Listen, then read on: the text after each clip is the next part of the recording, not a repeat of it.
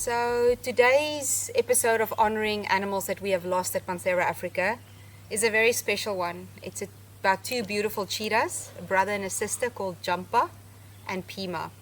So Jampa and Pema lived at a previous facility and we were contacted to relocate them, seeing that they were going into their older age, and we specialize in taking care of animals with older age.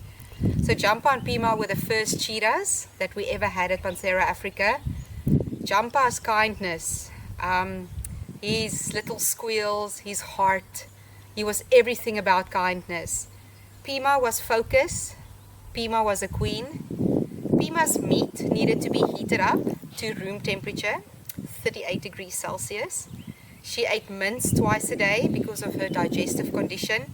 So yeah, she was a queen. She was catered for on all levels. We unfortunately lost Jampa first. Due to the older age, his liver started to give in. But in the beginning of the journey, just before we brought him to Panthera Africa, he sustained a wound at the previous project, and we rushed him overnight through to Dr. Caldwell. And Dr. Caldwell did surgeries, he cleaned out the wounds, he needed to take away some fragments that was there.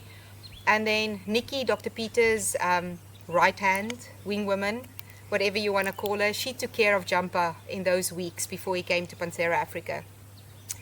And then when Jampa started to present with illness, we treated him symptomatically, but nothing subsided. Dr. Peter said it's best that Jampa comes back up to him.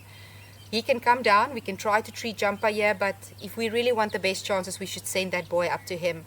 So again, we asked our animal communicator to check in with Jampa. Does he want Dr. Peter to come down, and if it's the end of the time, to just peacefully pass here?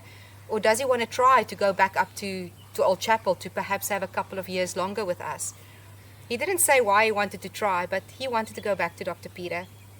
He spent about a week with Dr. Peter and then fell critically ill, and there was unfortunately nothing the doctor could do for him. Kat and myself flew up. In the last hours, we were with little Jampa.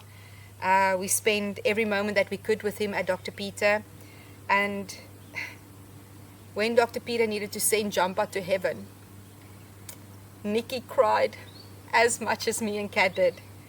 And I could never understand why. She works with so many animals. And why would Jampa want to go back if he knew he's going to go to heaven? So a couple of weeks after Jampa passed, I tried my animal communication and I checked in with him, and I got this one message, and I believe it's true. He said, "Liz, I wanted to go back to Old Chapel because I needed to say goodbye to Nikki. I needed to tell Nikki how grateful I am for her taking care of me." So relationships with animals, you don't need to see them every day. You don't need to take care of them. It's that one deed of compassion that you bring to their lives that changes their lives forever. Pimsy lived another 2 years with us, but unfortunately due to old age, her kidneys also failed. Taryn, Sid, Vanessa, what you ladies meant for that cheetah queen. The love, the intensity in preparing her food, the spending of time with her.